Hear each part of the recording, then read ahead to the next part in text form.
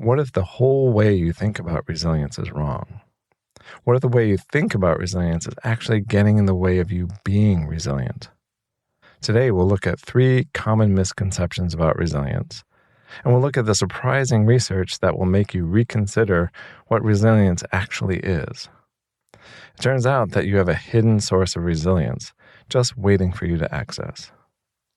And in this episode, I will share with you something that you can do right now to start accessing that superpower. So pour yourself a cup of tea, take the dog for a walk, start knitting that sweater, and we'll get started. Welcome to Resilience in Dark Times. I'm your companion and guide, Michael Glavin. If you're feeling overwhelmed by political upheaval and environmental crisis, you're in the right place. This podcast is for everyone who refuses to normalize injustice or ignore planetary emergencies. Together, we'll transform anxiety into action and build the emotional resilience we need to keep fighting. Let's begin.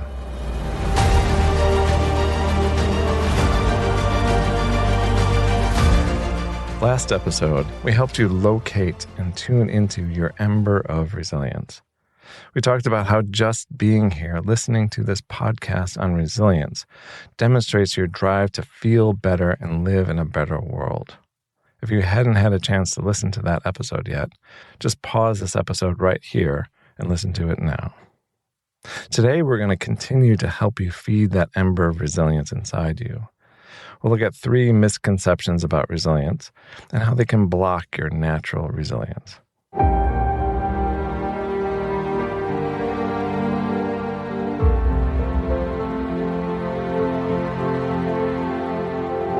Misconception 1. Resilient people are bulletproof. They don't experience pain, they don't struggle, they certainly don't experience trauma. In this view, resilient people are corks on the ocean. They never get pulled under. They're always just bobbing along on top of the waves, seemingly not even getting wet. Well, here's the problem. When we think of resilience this way, as people being bulletproof, but we're struggling, then we conclude that we must not be resilient. We say to ourselves, why can't I be as perky as Little Miss Sunshine over there? We think that there must be something wrong with us.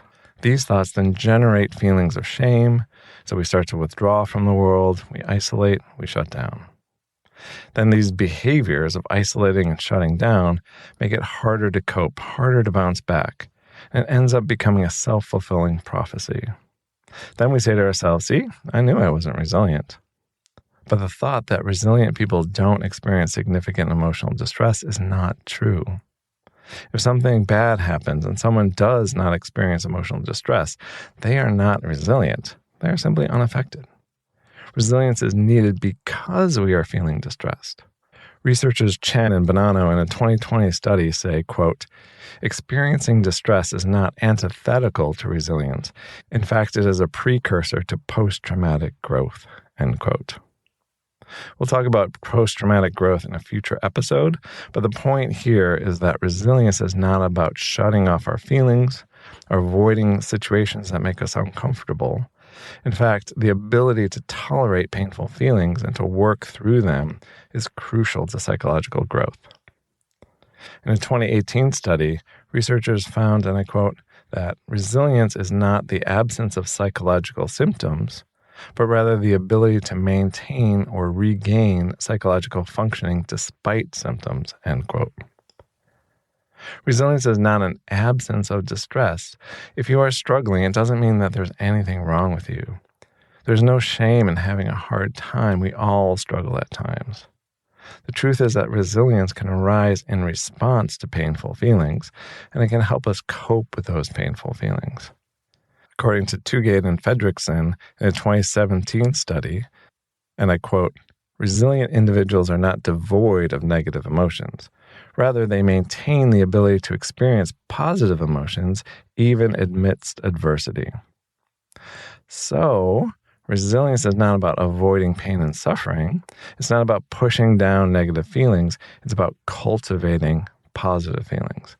Resilient people do feel stress and fear, but they also cultivate positive emotions like hope and gratitude. I remember I was at my friend Jim's wake, and we were all standing around and we started sharing dumb stories of our friend. Just weird, funny things that he said or that happened. He had such a great sense of humor. And we all wound up laughing, just like having a good time, laughing, connecting through our laughter. And I remember that I felt a little conflicted. This was a somber occasion, and here we were all laughing. I thought to myself, is this appropriate? But then I thought of Jim. I thought about how our stories came from a place of love. And I know that Jim especially would appreciate a retelling these ridiculous stories. He would want us to laugh together and not be so somber. Well, it turns out that the research shows that laughter during times of grief helps people successfully move through the grieving process. In a paper in the American Psychologist in 2004, Bonanno writes, genuine laughter and amusement in the early stages of grief are associated with better long-term adjustment, not denial.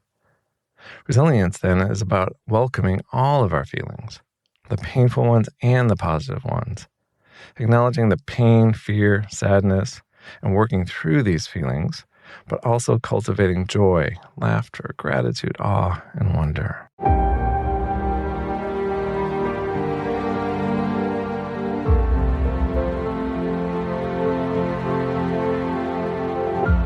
All right, misconception number 2. Resilience stems from personality traits that some people have and some people don't.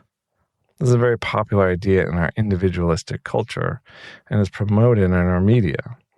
That some people just simply have it, that some people are just different from the rest of us.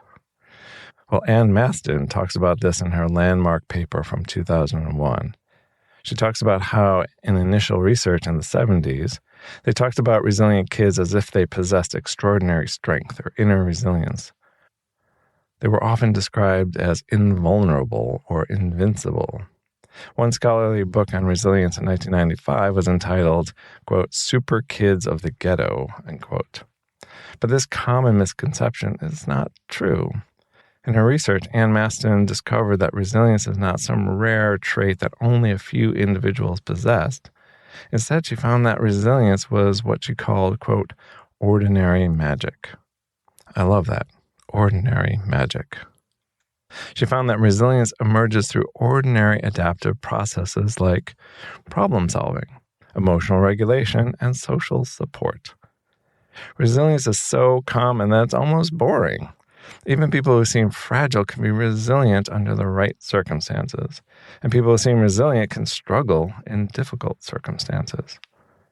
Resilience researcher Michael Unger states, quote, there is evidence that resilience is less an individual trait and more a quality of a child's social and physical ecology. And later in 2021, he says, quote, resilience is the capacity of individuals to navigate their way to the resources they need and negotiate for those resources to be provided in meaningful ways. His social ecological model, not to be confused with Murray Bookchin's concept of social ecology, emphasizes culture, community, and systemic supports, and shows how resilience is less about an individual's traits and more about the accessibility of external resources and the individual's ability to interact with their environment. The lesson here, I know that's a lot, so the lesson is that resilience is not who you are, but more so where you are in terms of what resources and social support is available to you and what you do with those resources. Moreover, not only is resilience not a fixed trait, it's something that can be taught. As Southwick and Charney demonstrate in their 2018 book, Resilience, the Science of Mastering Life's Greatest Challenges, I quote, resilience can be learned and cultivated. It is shaped by environment, biology, and intentional practice, end quote. What this means is that if you don't currently consider yourself resilient in the face of the political and ecological horror that we're now confronting, it's okay. You can learn how to be resilient, and you don't need to be some sort of extraordinary person. Ordinary people can learn how to be resilient, even in very challenging circumstances.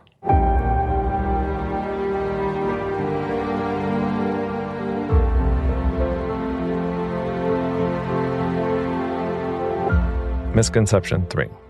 Resilience is purely an individual matter. When we think of resilience, we tend to think in terms of someone overcoming an individual tragedy or someone facing a personal challenge. We can see this in Hollywood films. We expect the main character to be challenged in some profound way. They go through a loss, they're grieving, something happens, something's threatened. We expect them to feel some fear or doubt. Then we expect them to find some inner strength, their courage, their determination. They pick themselves up off the canvas and they fight on, sometimes quite literally. I just saw Creed 2, and he picked himself up off the canvas a couple times. While this personal aspect of resilience is important, there's another aspect of resilience we normally don't think of: interpersonal resilience. But if we look at Hollywood movies, this aspect is there too. We just don't think of it as part of resilience.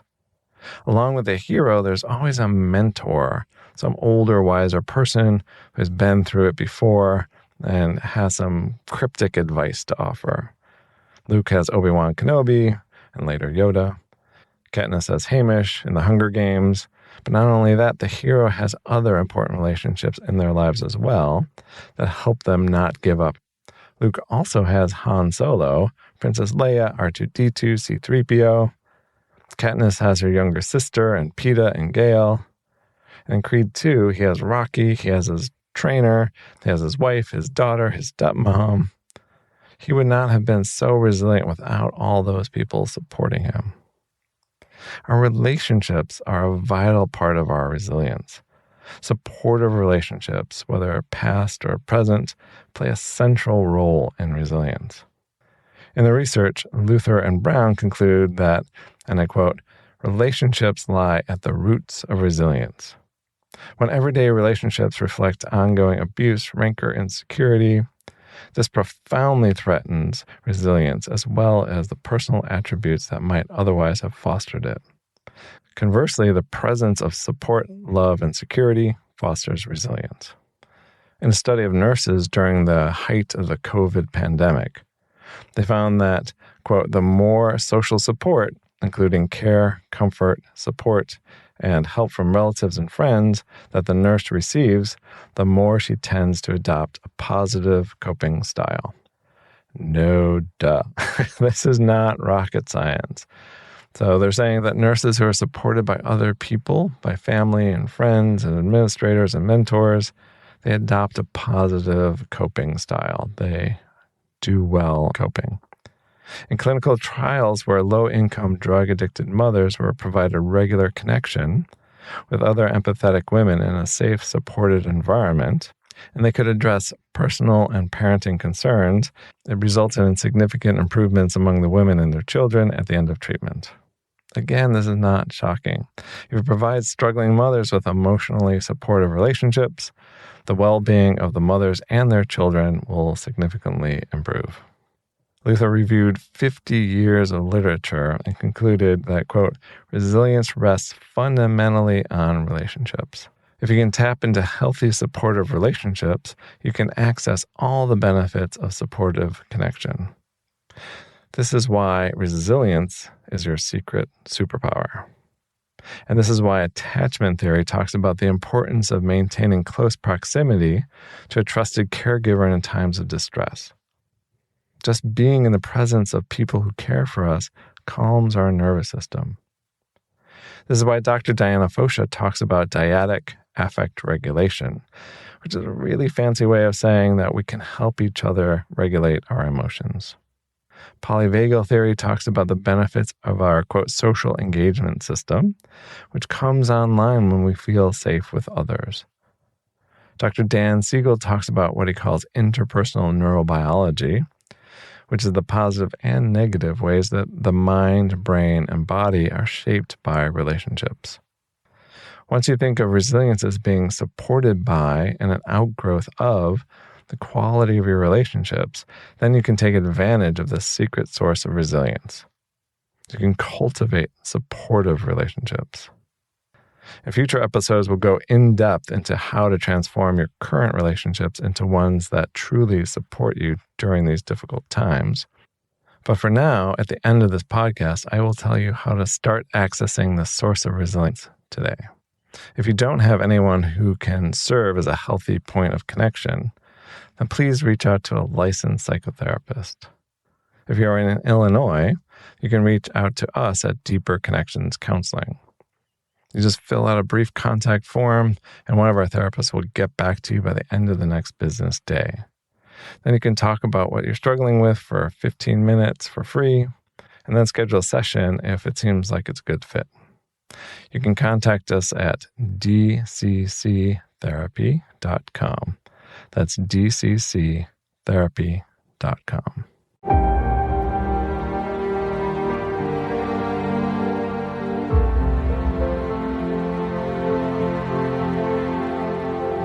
Okay, let's summarize what we've covered so far. If you are struggling with all that is happening in the world, it's not your fault. It doesn't mean that you're not resilient. It means that you're human. And it means that you currently don't have or historically haven't had the presence of what you need in terms of resources and social support in order to thrive. The good news is that anyone can be resilient given the proper resources and social support. Resilience is not who you are. It is what you do. So you can learn to be resilient, not only on a personal level, but more importantly on an interpersonal level. Resilience in Dark Times focuses on all the aspects of how to cultivate resilience and thrive in these difficult times. So hit the like button so that other people can hear about this podcast and know that this is out there for them as a resource. And also make sure you subscribe so you don't miss any episodes. All right, time for a story break. Get your juice box and come and sit down on the rug, crisscross applesauce style, and I'll read you a story written down by the Brothers Grimm. You're probably familiar with this story in one form or another, but I want you to listen to it again. But this time, as you're listening, ask yourself, is this a story about resilience? Got it? It's okay. Let's get started. So this is the Bremen Town Musicians. It is from a giant book that's falling apart. And the book is my wife's book. And the book is called The Illustrated Treasury of Children's Literature. The Bremen Town Musicians.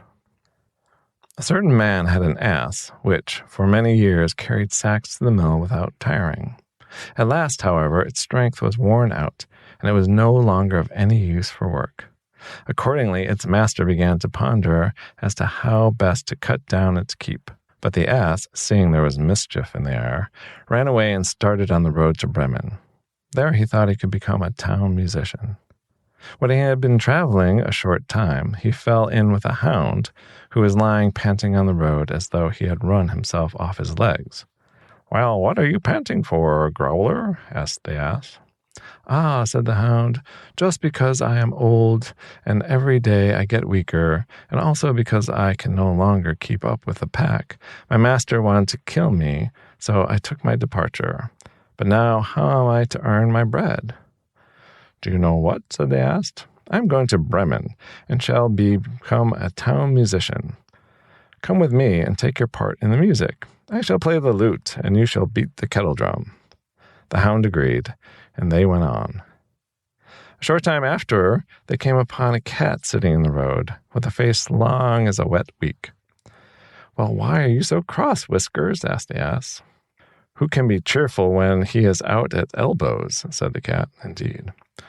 I am getting on in years, and my teeth are blunted, and I prefer to sit by the stove and purr instead of hunting round after mice.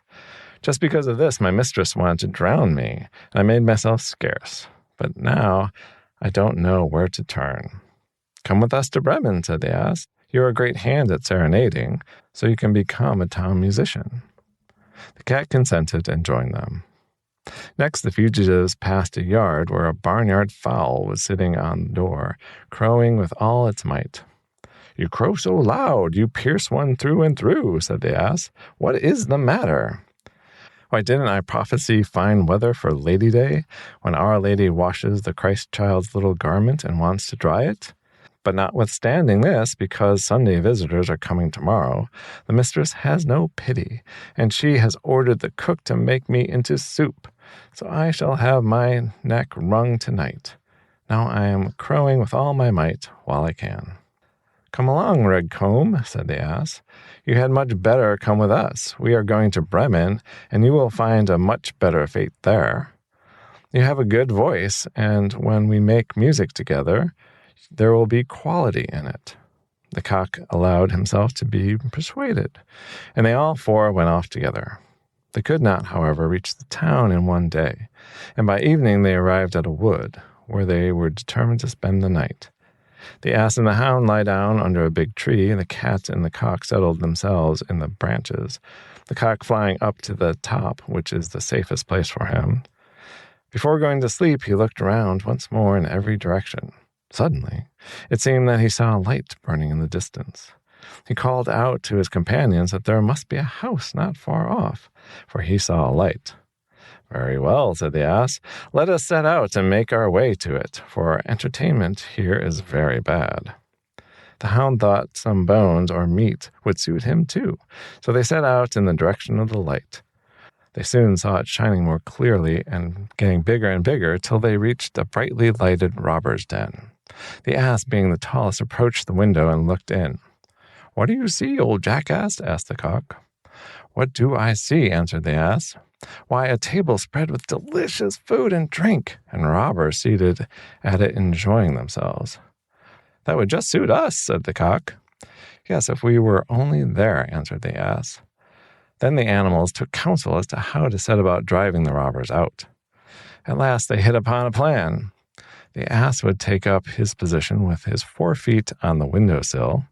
The hound was to jump on his back, the cat to climb upon the hound, and last of all, the cock was to up and perch on the cat's head. When they all were thus arranged, at a given signal they would all begin to perform their music. The ass brayed, the hound barked, the cat meowed, the cock crowed. Then they all dashed through the window, shivering the panes. The robbers jumped up, and at the terrible noise, they thought nothing less than the devil was coming upon them, and fled into the wood in the greatest alarm. Then the 4 animals sat down to the table and helped themselves according to taste. They ate as though they had been starving for weeks. When they had finished, they extinguished the light and looked for sleeping places, each one to suit its taste. The ass lay down on a pile of straw, the hound behind the door, the cat on the hearth near the warm ashes, and the cock flew up to the rafters. As they were tired from the long journey, they soon went to sleep. When midnight was past, the robbers saw from a distance that the light was no longer burning, and they thought all seemed quiet. The chief said, "We ought to not have been scared by a false alarm," and he ordered one of the robbers to go and examine the house. Finding all quiet, the messenger went into the kitchen to kindle a light, and taking the cat's glowing fiery eyes for live coals, he held a match close to them so as to light it. But the cat would stand no nonsense. It flew at his face, spat, and scratched. He was terribly frightened and ran away. He tried to get out the back door, but the hound, who was lying there, jumped up and bit his leg. As he ran across the pile of straw in front of the house, the ass gave him a good sound kick with his hind legs, while the cock, who had awakened at the uproar quite fresh and gay, cried out from his perch, "Cock-a-doodle-doo!" Thereupon the robber ran back as fast as he could to his chief and said, "There is a gruesome witch in the house who breathed on me and scratched me with her long fingers. Behind the door there stands a man with a knife who stabbed me, while in the yard lies a black monster who hit me with a club. And upon the roof the judge is seated, and he called out, 'Bring the rogue here.' So I hurried away as fast as I could." Thenceforth the robbers did not venture again to the house, which pleased the 4 Bremen musicians so much that they never wished to leave it again. So what do you think? Is this a story about resilience? If so, why? What happened in the story that makes you think that? If you asked me about the story before I made this podcast and reread the story, I would have said that's just a funny story about some dumb robbers who get fooled by some clever animals. If I had to assign a meaning to it, I would say That's about the virtues of teamwork. I know other people have said that it's about the respect for your elders. Still others said it's about transitions in life. But I see the story differently now. I wonder if you do as well. Yes, it's about teamwork, certainly, but it's also about resilience, interpersonal resilience. At the beginning of the story, the 4 animals are all facing death. I'd forgotten that part. This is primarily a story about their survival. After serving their families dutifully for their entire lives, when they are no longer useful, they're going to be killed or allowed to die. But they refuse to let themselves be killed or to go to their deaths quietly. Instead, they run away, they band together, and they leave to go see if they can find a better life. So what can we learn about resilience from this tale? Number 1, each of them are facing the same threat, death. And this creates a natural solidarity that they recognize and act upon. Number 2, acting together, one standing on the back of the other, and shouting in unison made them strong. Coordinated action is powerful. Number 3, diversity is a strength. Their individual differences, their individual strengths, create a much more powerful group. The claws of the cat, the bite of the dog, the kick of the ass, and the crowing of the rooster made a formidable force.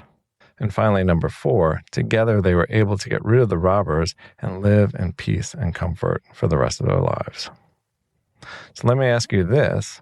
What do you think would have happened to each of these animals if they had not joined together? Individually, each one of them probably would have died. None of them individually could have stood up to the robbers. Sure, maybe the ass might have made it to Bremen, but as a musician? I don't know about you, but I haven't seen many donkeys as successful street musicians. Certainly none of them would have had the wonderful life that they achieved by banding together. How does this story more directly relate to our current situation? Do we have a natural solidarity? Are we under a common threat? In terms of global warming, yes, we're all under threat. Global warming is going to affect all of us, some more than others, some more quickly, but we're all going to suffer from global warming. We've already started suffering. So we're all under threat, unless, of course, you can afford a rocket ship to go to Mars, or if you can buy your own island and have a compound there, like some Bond supervillain, like that guy who had his fort inside of a volcano. But the rest of us, we're facing dire threats from global warming. So there's a built-in solidarity there. There's reason for us to all band together to fight against, to change, to slow down, to stop, to reverse global warming. And what about under authoritarianism? Unless you're a billionaire who's currently bribing Trump and kissing up to him. Oh, as an aside, I saw Kristi Noem put a commercial on YouTube thanking the president. That's where we're at. We're having members of his cabinet making commercials, paying tax dollars to praise dear leader. So unless you're currently in his favor, you're a target. He's already ruined many, many people's lives, and he's not going to stop. And then we have the combined threat of climate change and authoritarianism. So at the same time where natural disasters are spiking and getting worse and more frequent, we have an administration who's getting rid of the natural disaster response, getting rid of FEMA, making it less effective, getting rid of the warning system, that the meteorology department that warns us. So yes, there's a built-in solidarity there, a natural solidarity. We are all under threat from both authoritarianism and from climate change. What else about this story is familiar? So it's kind of funny. Instead of having robbers in a house, we have robber barons in the White House. We have a whole class of billionaires who are feasting themselves off of the stolen products of our labor. What do we need to do in order to right this wrong, to correct this situation? We need nonviolent direct action on a massive scale to stop authoritarianism and to restore the planet. To stop the destruction first, and then to restore ecosystems, to restore our planet. Together, we have the power when we take collective action. And what else? Also, diversity of tactics is really important. It's going to take different people all throughout society doing different nonviolent things to stop authoritarianism and to stop global warming and to restore the planet. I don't agree, and I don't understand these people who are gluing themselves to priceless works of art. I don't get it. I don't get the connection. I don't understand it. But if a reporter asks me, I'm not going to spend my time criticizing that action. What I'm going to do instead is focus on why those people are so upset and why they feel the need to take some action. I'm going to talk about global warming and the threat to all of us and the reason why they're taking such desperate action. I'm going to validate the feelings behind what they're doing. Even though we can disagree about what the best thing is to do, what we need to do is to support each other in a diversity of nonviolent tactics to defeat authoritarianism and to stop global warming. And finally, I think the lesson is through collective action, through solidarity, through a diversity of tactics, we can all share equally in the abundance. There's enough for everyone. Yes, there will need to be some sacrifices in terms of we will need to give up some of what we want, but we're going to trade that so that everyone can get what they need. I think that's a good trade. And that everyone can get what they need, including billionaires. If they want to have a small plate at the table with everyone else, great. They are welcome as well. This is your secret superpower of resilience. This collective sense of identity, this collective action, this collective sharing. Together we can do this. Together we can support each other. Together we are strong. Together we are resilient. Yes, there is a component of personal resilience in this podcast, but we will go into that. We will talk about that. And that's important too. But what's more important, what's more vital, what's really going to get you supercharged is connecting with other people. The Trump administration, is about brutality. They're about fear. They're about domination. We are about compassion. We're about empathy. We're about mutual aid. That starts with connecting with other people you care about who care about you. So that's what we're going to turn to next, is how to start those connections, because that's where all of this stems from, is people coming together, connecting with each other, tending to each other, caring for each other, supporting each other.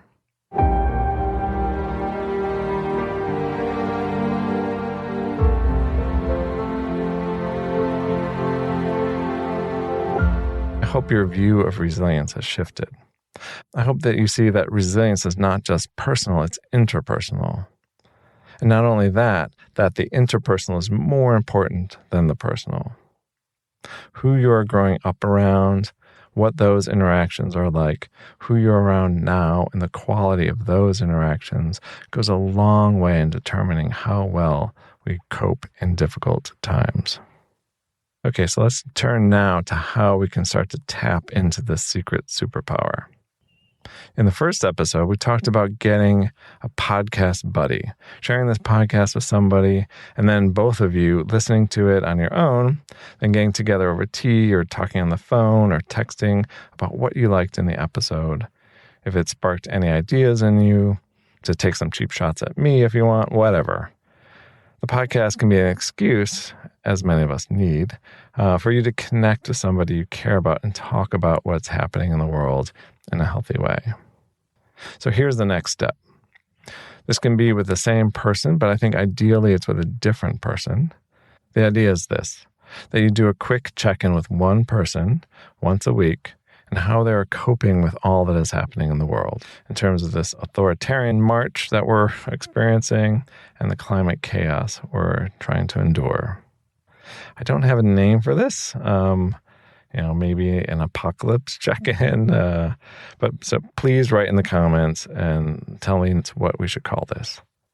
So here are the 3 questions that each of you are going to answer. Number 1, how are you holding up? So you can ask this of your buddy. How are you holding up? And number 2, what are you doing that helps? And number 3, what is some good news that you've heard? So the point here is not to talk about the bad news. The point here is to talk about how each of you are feeling given all the bad news, and also what each of you are doing to help yourselves feel better and to share one piece of good news. So feel free to check in as often as you both need. And yes, you can have multiple buddies to check in with, but you should have at least one, and you should do it at least once a week. But if you want to do it every day or 2 times a week, great. I think what you'll notice is at first, you and your buddy might not be able to think of anything that you're doing that helps. Or maybe you won't think of any good news that you can share. That's okay. But since you know that you're going to have to do this again and again, your brain will start to look for good news to share. Your brain will start to recognize the things that you're actually doing that help you feel better. Or you might even start to do things in order to feel better because you know you're going to have to report it to your buddy later that week. So it might go something like this, So how are you holding up? I'm having a hard time. Things are just really depressing. I just feel sad. I feel sad about what's happening in the world. Okay, what are you doing to feel better? Nothing really. Actually, I went to the lake the other day and just sat there and I was listening to the waves, and that felt good. Great. And what's a piece of good news? Everything's so bad. Actually, I saw that some people surrounded an ice vehicle and wouldn't let them leave, and I just thought those people were so brave in doing that, and it was inspiring to me. Great. Okay. And then you switch, and then keep it short. This is like 5-10 minutes. And I would keep it really under 10 minutes. Make sure you do that just so it doesn't become a burden. It's not a half an hour check-in. It's not an hour check-in. It's just anyone has time for 10 minutes to check in. So just keep it consistent, keep it short, and keep it focused on feelings and not on what's the bad news that's happening. All right, that's it. So try this out. Let me know in the comments how it goes. I'm really excited to hear how these check-ins go. In our next episode, we need to address something that many of you are doing that's really not helpful. It's hard to build resilience when you keep frying your nervous system. So our next episode, I'm going to share with you the secret of how I stopped doom scrolling for good. After that episode, you will laugh every time you think about doom scrolling, and you'll definitely not want to do it ever again. All right, until then, take care.